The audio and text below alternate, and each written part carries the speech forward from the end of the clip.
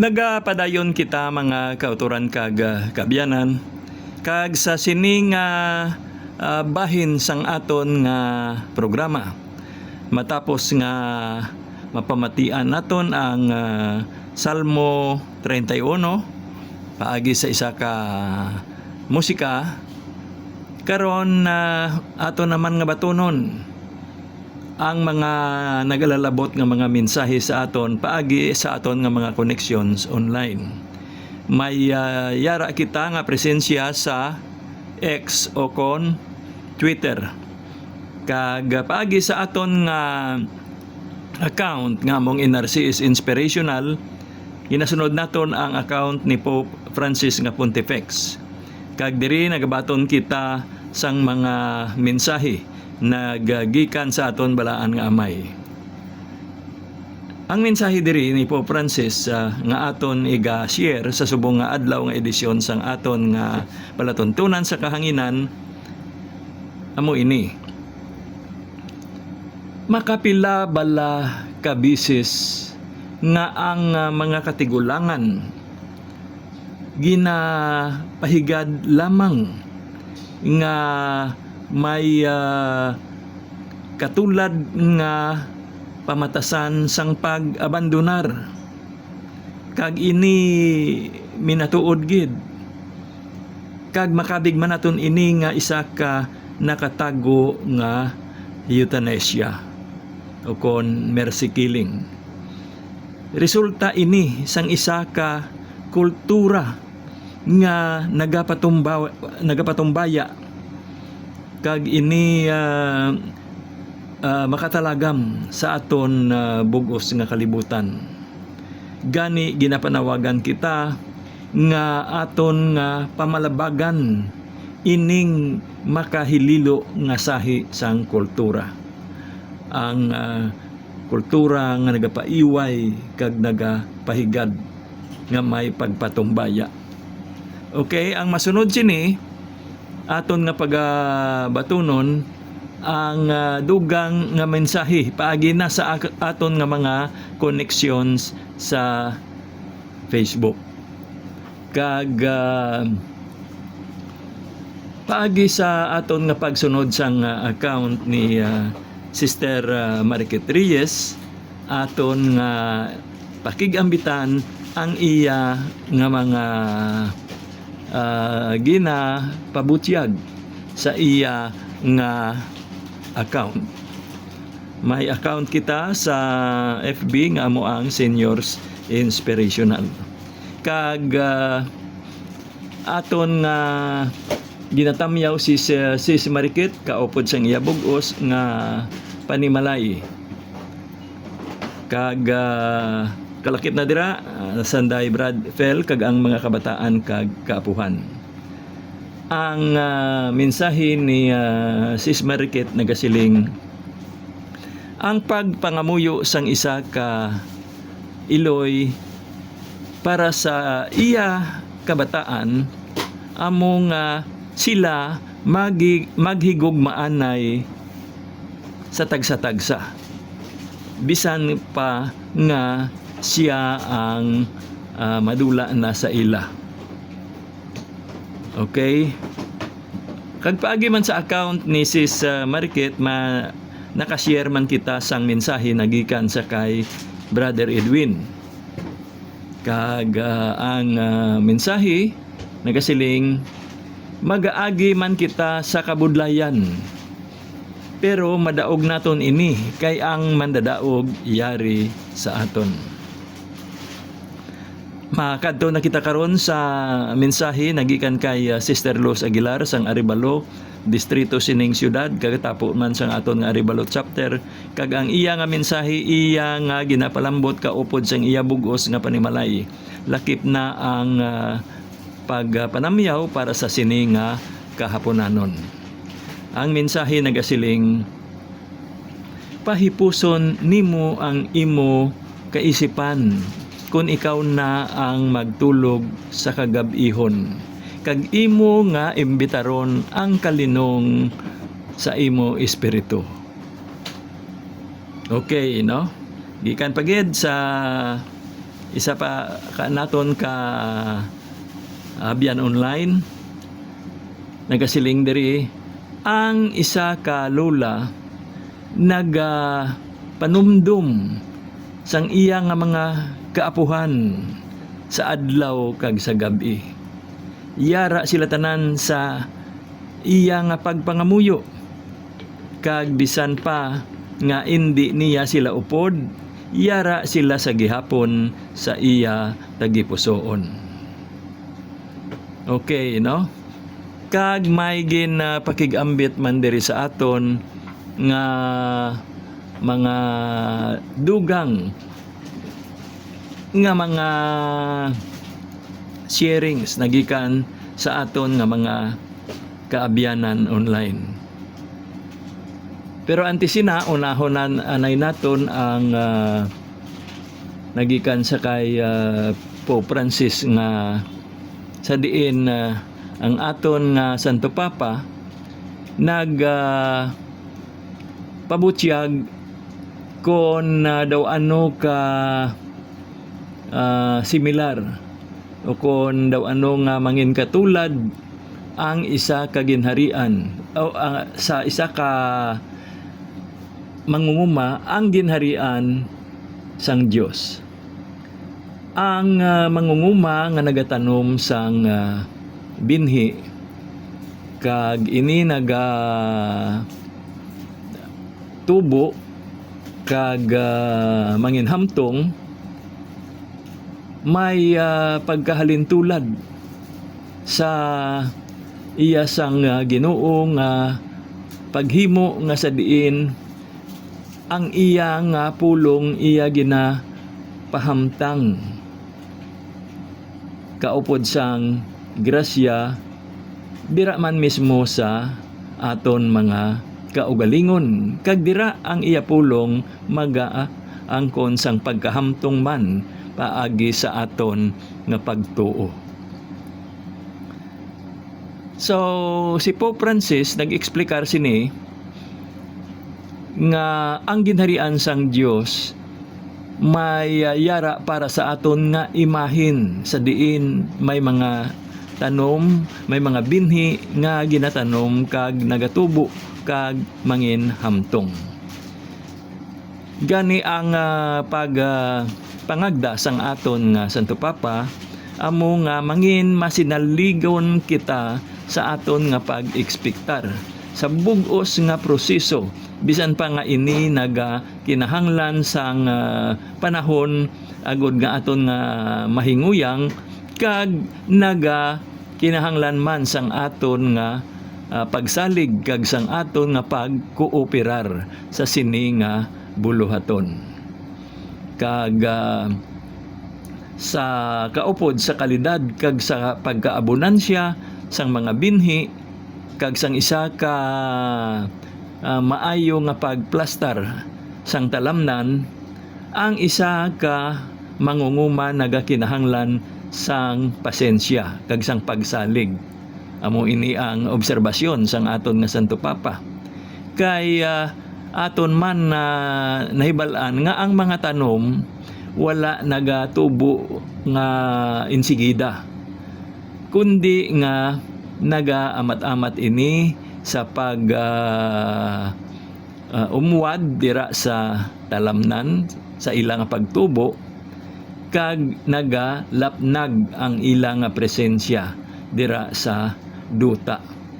Kag kon mag-abot na ang tinion nga sila pagaanihon may yara nga pagkabugana sang pagpang-harvest.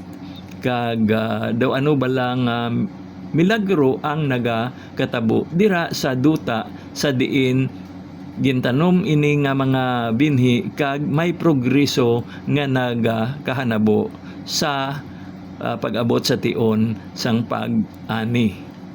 Ining dako nga development sang mga tanom nagaluntad sa aton nga panahon kag aton nga makitaan naton ini bilang isa ka proseso nga kinahanglan sang aton nga pagka pasensyoso kag pagka masinaligon kag labaw pa sang aton man nga pagka mapisan.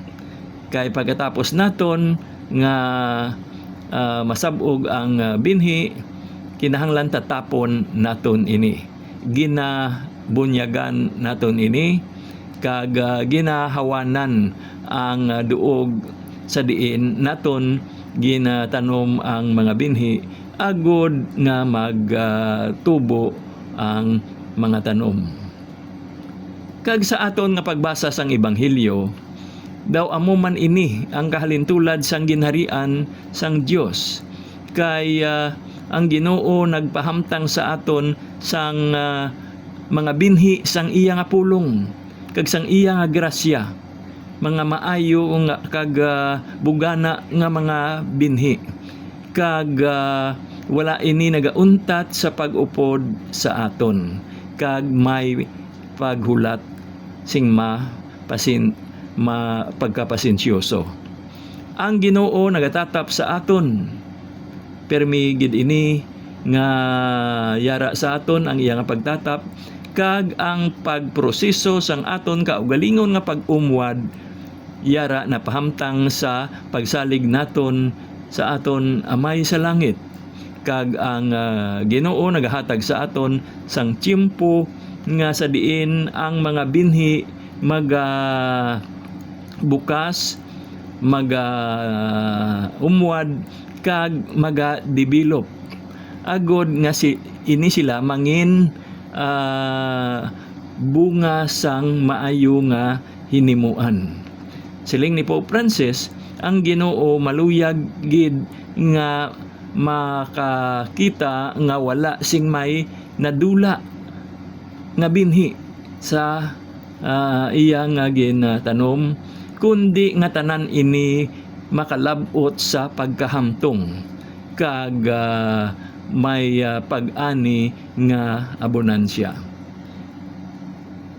Kita ginatudluan sang aton Ginoo nga sabuwag sang binhi sang ebanghelyo nga ini nga buluhaton may pagkamasinaligon sa diin man nga duog kita napahamtang. Kag kita maghulat nga may pagkapasensyoso samtang nga nagaumwad ang ang proseso sang tanom naton sang binhi kag pakita na ini sang bunga na yara sa aton kag yara man sa iban. Ang liabi sini amo ang pagkamasinaligon kag ang pagkamapasensyoso. Kay hindi kita magkatublag o kung magka-discourage kung hindi naton dayon o kung insigida makitaan ang mga resulta. Ang milagro naga panghikot kag sa hindi lamang naton makitaan may matuhaw nga abonansya nga bunga. Amo ini ang pagpasiguro sang aton balaan nga Amay.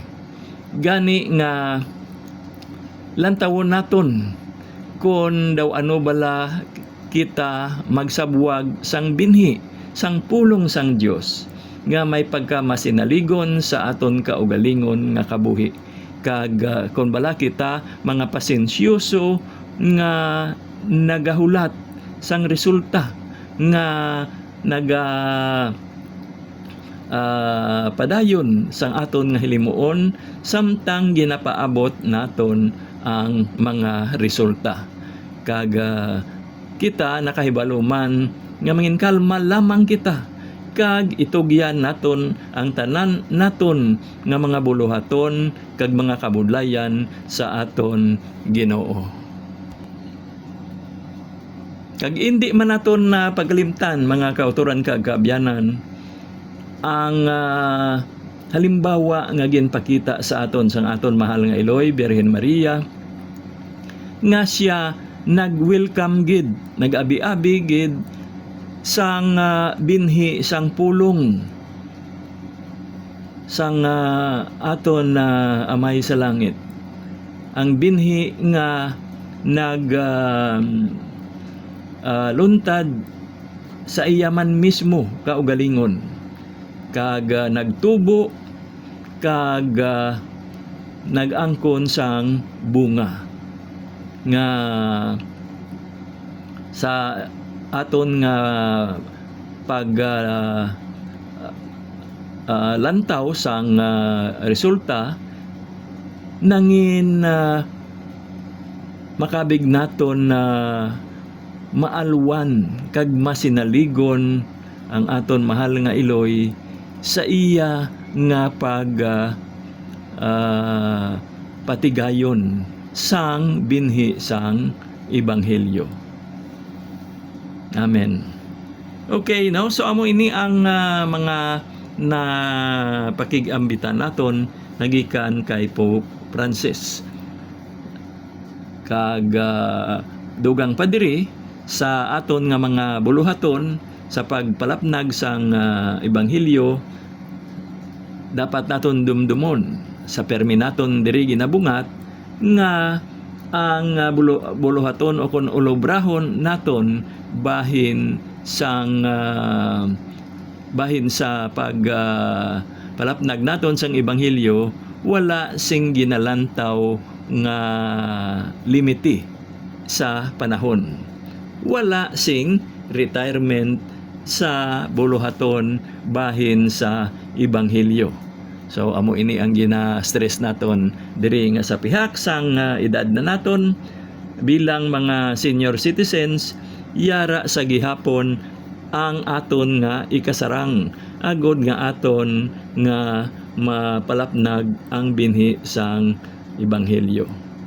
Okay?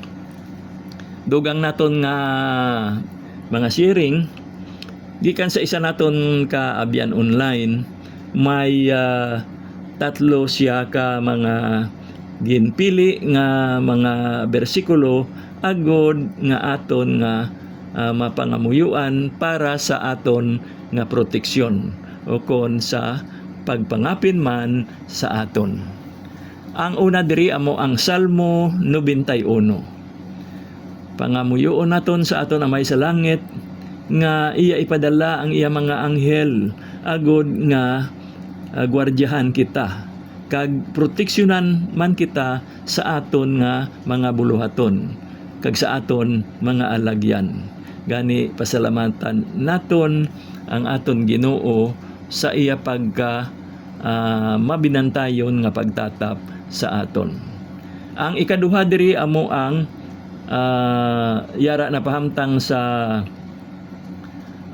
ika-41 nga kapitulo sa libro ni Isaias sa bersikulo 10. Pangamuyoon man naton sa aton na Amay sa langit ang iya nga proteksyon sa aton, sa diin siya may saad nga kita hindi lamang magkakulba kay upod naton siya nga ang aton Ginoo magapabakod sa aton, magabayaw sa aton kag magabulig sa aton sa tagsa ka mga pagpanghangkat nga mayara kita gid pagsalig para sa iya nga proteksyon. Kag ang ikatatlo diri amo ang Salmo 121 nga sa diin pangamuyoon man naton sa aton Amay sa langit kag ihalad sa iya ang aton nga pagpasalamat nga manginpadayon siya nga taming naton kag protektor o kontag pangapin. Sanligan gid naton ang iya wala nagauntat nga pagtatap sa aton nga iya kita bantayan kag pangapinan gikan sa tanan nga mga kabudlay kag mga butang nga makahalalit. Iya kita pangapinan kag hatagan sang paghidait sa iya mabinantayon nga mga mata. Tanan ini pangamuyoon naton sa ngalan ni Ginoong Hesukristo nga aton Ginoo. Amen. Okay, mga kauturan kag kabyanan na ginakulang na kita sing panahon agod nga makapadayon diri sa aton nga programa sa kanginan. Aton nga pangamuyoon sa aton Ginoo kay Ginoong Hesukristo nga iya kita ayohon. Sa ngalan sang Amay, sang Anak kag sang Espiritu Santo. Amen. O Ginoong Hesukristo, ayuha kami. Ayuha kami sa anuman nga imo makit-an sa amon nga nagakinahanglan sang pag-ayo. Ayuha kami sa kun anuman nga nagasiparar sa amon sa imo.